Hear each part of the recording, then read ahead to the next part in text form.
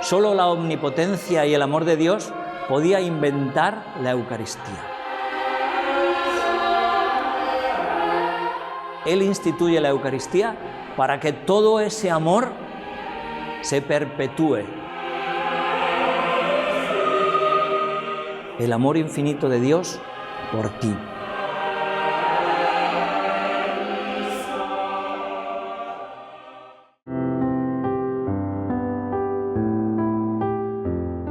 Bueno, pues esto terminó de Lutero y Trento, pero como os decía, no quería dejar de por lo menos mencionar otro. Damos otro salto, estamos 1500, Concilio de Trento, nos venimos al Concilio Vaticano II casi, de 1900, los años 1950 a 1965, más o menos. Incluso antes, pero bueno, vamos a ver, hubo un autor francés, 1943, ¿vale?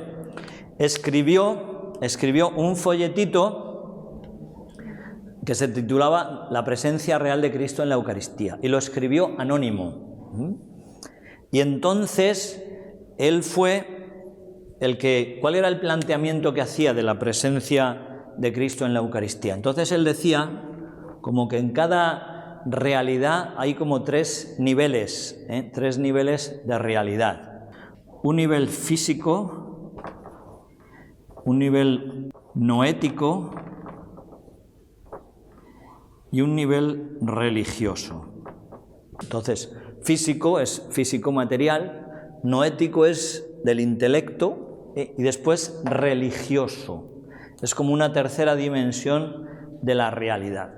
Entonces, aplicando esto a la Eucaristía y concretamente pues, al misterio de la presencia, vuelve a salir aquí lo que os hablaba antes, del subjetivismo, de esa oposición entre el en sí de las cosas y el para mí. Entonces, lo que dice este autor es que en la Eucaristía, en la celebración de la misa, se produce un cambio aquí solamente. Un cambio aquí, de tal manera que lo que cambia es el sentido religioso. Y el pan y el vino no cambian en su sustancia, no cambian en sí mismos, ontológicamente, en su ser, sino que lo que cambian es en su sentido religioso. Entonces empiezan a significar para mí otra cosa, una manera nueva de relacionarme con Dios. Entonces, después, esto fue como el primer folleto, el primer paso que se dio. Después han seguido unos cuantos autores después, en la época del concilio. Había uno alemán, también Lenhardt, y después estará otro también conocido, Schillebeck, y todos estos señores,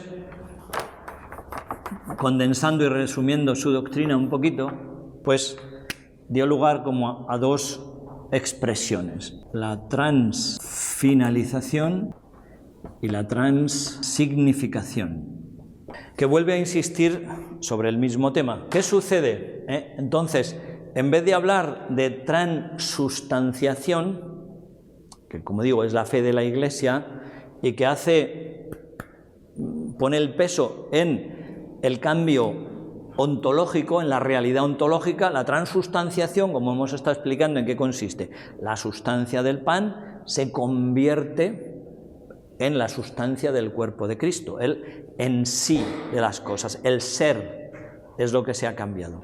La transignificación, la transfinalización, ¿qué dice? Que no hay ese cambio en el ser, sino solo cambia para mí. Entonces el pan y el vino ahora significan otra cosa. Antes tenían el sentido simplemente de un alimento material y ahora significan otra cosa. Significan la presencia de Cristo, significan la comunión con Dios, pero no ha habido un cambio en el ser, en la sustancia, sino solo en la significación. Claro, el cambio no está en las cosas, sino en mí, significa otra cosa para mí. Como si yo cojo pues una bandera de España, rojo, amarillo, rojo. ¿Qué es eso en sí mismo? Un trapo, punto. ¿Qué significa? Mi país, los valores, la historia, la cultura, el jamón serrano, todo eso. ¿Pero qué es un trapo? Pues lo mismo pasaría aquí. ¿Qué es? Pan y vino. ¿Qué significa? La presencia del Señor, su amor por nosotros, etc.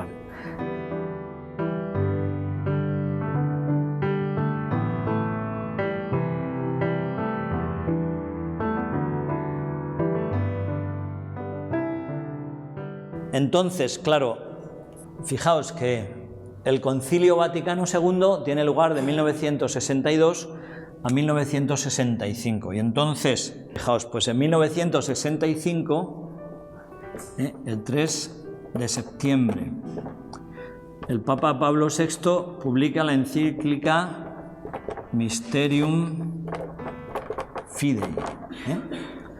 El concilio acabó el 8 de diciembre del año 1965, o sea que estaba teniendo lugar el Concilio Vaticano II y se estaban dando en la Iglesia estos movimientos poniendo en duda la presencia real de Cristo en la Eucaristía. Fijaos que la cosa tiene narices, Y por si fuera poco, bueno, esto lo menciono así rapidito. 1968 Pablo VI publica el Credo del Pueblo de Dios, que lo tenéis también en internet. Viendo que, entendedme bien, el Concilio Vaticano II fue un acontecimiento de gracia para la Iglesia, pero la interpretación que de él hicieron muchos, pues a veces fue terrible. ¿Y qué pasó? Pues que os podría contar más cosas, pero lo resumo mucho. Bueno, al final del concilio quisieron hacer una profesión de fe. La habían querido hacer al comienzo del Concilio Vaticano II. Y, bueno, pues había disparidad de opiniones y al final se impuso la opinión del cardenal Siri, que era el cardenal de Génova. Y dijo él, es mejor hacer la profesión de fe al final. Primero, porque los padres que participen en el concilio van a poder sentirla como suya, porque la han hecho ellos. Y segundo, porque si en el concilio hay alguna definición dogmática, se puede incluir en esa profesión de fe. Entonces se dejó para el final del concilio. Cuando llegó el final del concilio, ese tema, claro, estaba pendiente. El Papa Pablo VI consultó un poquito y alguien le dijo, ni se le ocurra, Santo Padre, viendo cómo están las cosas, las tensiones que habría dentro del concilio, los enfrentamientos, ponerse de acuerdo para escribir una profesión de fe nos puede llevar aquí in eternum. Entonces, el Papa lo dejó ahí. Bueno, pues de momento lo dejamos. Y creó una comisión de cardenales para que le informara de cuál era la situación de la Iglesia. Fijaos que estamos en 1968 cuando lo publica, o sea que todo esto se está preparando antes, habiendo terminado el concilio en 1965. Reciente, el Papa Pablo VI pues esperaba que el concilio, pues después la primavera de la Iglesia, que todo aquello fuera un resurgir, y resulta que viene esta comisión de cardenales y le informa y le dice, Santo Padre, hemos estado enterándonos, investigando, consultando, y resulta que hay unos pequeños problemillas, que se pone en duda la resurrección de Jesucristo, la presencia real de Cristo en la Eucaristía, el pecado original, la virginidad de María, pero son cosas de poco, cosas secundarias. Y claro, el pobre Papa pues tiene que sacar esto, credo del pueblo de Dios, viendo que, ¿pero esto qué está pasando? Es que no sabemos ya ni quiénes somos, ni qué creemos. Y entonces saca un credo explicando brevemente, pero con la suficiente claridad, qué cree la Iglesia sobre la resurrección, sobre la presencia real, etc. Pero bueno, esto que aquí, sobre la presencia real, es un punto, solamente porque toca toda la fe, aquí, Mysterium Fidei, pues el Papa le dedica, claro, más Toda la encíclica está dedicada a eso, os la recomiendo, no es muy larga y es muy rica y muy buena. Entonces, el Papa dice: la Eucaristía es un misterio de fe al que debemos acercarnos con humildísima reverencia. En este sentido, el Santo Padre quiere eliminar el veneno del racionalismo, querer entender o querer explicar sometiendo. Es decir, llegar a comprender la Eucaristía y no querer como dar ese salto y se define la fe como el actus assensus, un acto de asentimiento por la autoridad de Dios que revela. Es el intelecto que se somete a la autoridad de Dios que me revela. Y eso en la Eucaristía tiene que ser así. Claro, cuando se mete la soberbia racionalista, pues es yo quiero explicar y entender. Y si me supera esto, lo rebajo hasta que yo lo explico y lo entiendo. Pues el Papa dice, esto es algo de fe. San Juan Crisóstomo: inclinémonos ante Dios y no le contradigamos, aun cuando lo que Él dice pueda parecer contrario a nuestra razón y a nuestra inteligencia. Que su palabra prevalezca sobre nuestra razón. Observemos esta misma conducta respecto al misterio eucarístico, no considerando solamente lo que cae bajo los sentidos, sino atendiendo a las palabras, porque sus palabras no pueden engañarnos.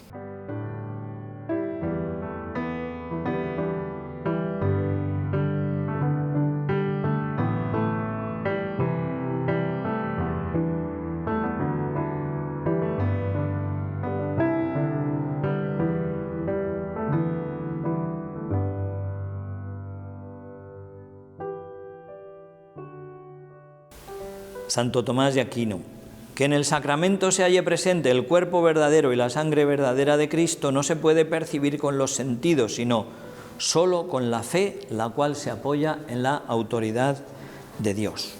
El Papa, claro, ¿qué es lo que hace? Hay una manera apropiada de hablar de la fe. No es indistinto las expresiones y los términos que se usan, por eso él defiende.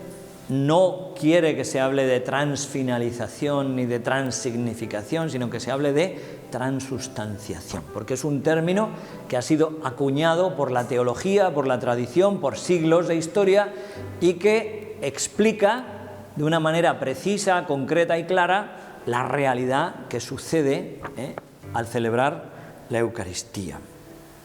Entonces dice: debemos atenernos a una manera apropiada de hablar sobre la Eucaristía, no sea que con el uso de palabras inexactas demos lugar a falsedades. En este sentido, la norma que la Iglesia, con un prolongado trabajo de siglos y con la ayuda del Espíritu Santo, ha establecido, confirmándola con la autoridad de los concilios, debe ser religiosamente observada, y nadie, a su propio arbitrio o sobre pretexto de nueva ciencia, debe intentar cambiarla. Eso respecto al lenguaje. Y después viene a reafirmar la presencia de Cristo, la realidad del sacrificio.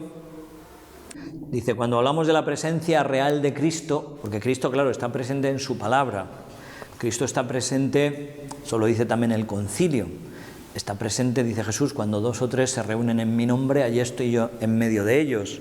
Está presente en los pobres, lo que hacéis a uno de estos, a mí me lo hacéis. Y dice Pablo VI, no es que las otras presencias no sean reales, pero cuando hablamos de real hay también como una gradación. Entonces la presencia de Cristo en la Eucaristía, dice el Papa, es la presencia por antonomasia, porque es una presencia personal, sustancial. Y vuelve a repetir la doctrina de Trento, vere realiter substantialiter. Subraya y reafirma la presencia sacramental de Cristo en la Eucaristía, que se realiza por la transustanciación. El Papa deja claro que no llevan razón quienes piensan que lo que se produce en la misa es una simple transignificación o transfinalización. Eso está equivocado, no es doctrina católica.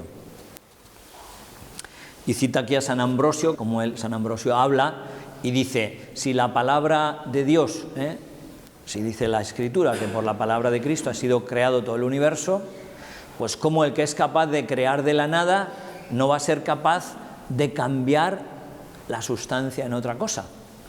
En definitiva, está remitiendo al poder de Dios para poder realizar la Eucaristía. Aunque nuestra cabeza no lo entienda, Dios puede hacerlo. Esto es lo que dice San Ambrosio y lo que repite el Papa. Y por último, dice, el Papa hace una exhortación a los sacerdotes para promover el culto eucarístico, rogándoles que custodien en el pueblo esta fe, que nada desea tan ardientemente como guardar una perfecta fidelidad a la palabra de Cristo y los apóstoles, rechazando todas las opiniones falsas y perniciosas ya expuestas. También les anima a promover el culto eucarístico, al cual deben conducir finalmente todas las otras formas de piedad. Que diariamente, como es de desear, esto va para vosotros, diariamente, como es de desear, los fieles en gran número participen activamente en el sacrificio de la misa, para alimentarse con la Sagrada Comunión y den gracias a Cristo nuestro Señor por tan gran don.